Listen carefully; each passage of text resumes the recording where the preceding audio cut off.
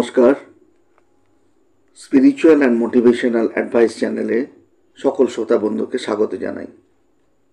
শ্রী রামকৃষ্ণের তিরোধানের সময় যখন আসন্ন, ঠিক সেই সময়তেই নরেন্দ্রনাথ বেশ কিছু অবিশ্বাস্য ঘটনার সাক্ষী থেকে গিয়েছিলেন।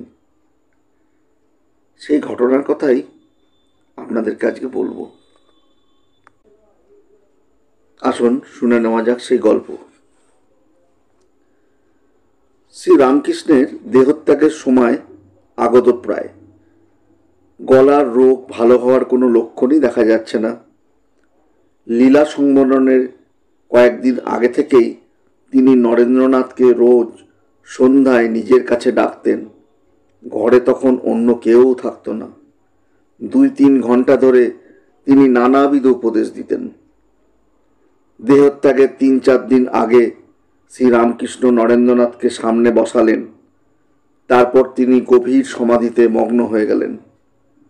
তখন নরেন্দ্রনাথ অনুভব করলেন যেন এক প্রবল তড়িৎ প্রবাহ তার শরীরে প্রবেশ করছে।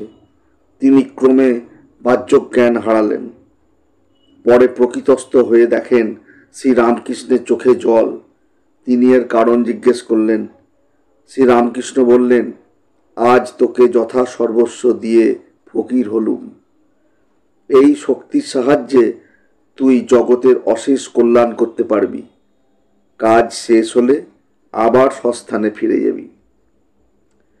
লীলা শেষে 2 দিন আগে আর একবার নরেন্দ্রনাথকে ডেকে শ্রীরামকৃষ্ণ বললেন, দেখ নরেন, তোর হাতে সমস্ত যুবকবৃন্দের সকলকে দিয়ে যাচ্ছি, কারণ তুই সবচেয়ে বুদ্ধিমান ও শক্তিশালী।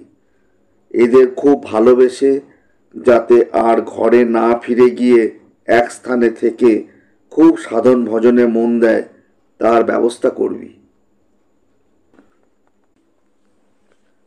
আর একটি ঘটনা ঘটেছিল শ্রী শ্রী ঠাকুরের তিরোধানের আগে।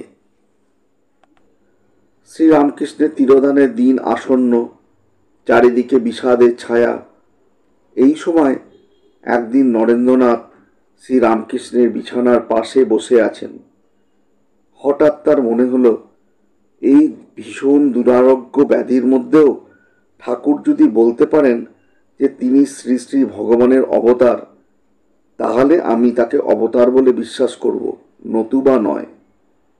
আশ্চর্যের বিষয়, এই চিন্তা নরেন্দ্রনাথের মনে আসা মাত্র শ্রী রামকৃষ্ণ সেই নিদারুণ রোগ যন্ত্রণার মধ্যেও নরেন্দ্রর মুখের দিকে মুখ ফিরিয়ে বললেন, এখনো অবিশ্বাস যে রাম, যে কৃষ্ণ, সেই ইদানিং রামকৃষ্ণ, তবে তোর বেদান্তের দিক দিয়ে নয়।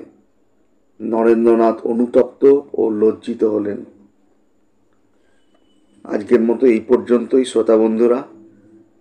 গল্পটি কেমন লাগলো জানাবেন।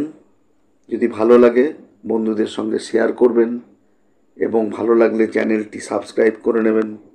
আগামী দিনে নতুন কোনো গল্প নিয়ে আবার আপনাদের সঙ্গে মিলিত হব। ভালো থাকবেন সবাই।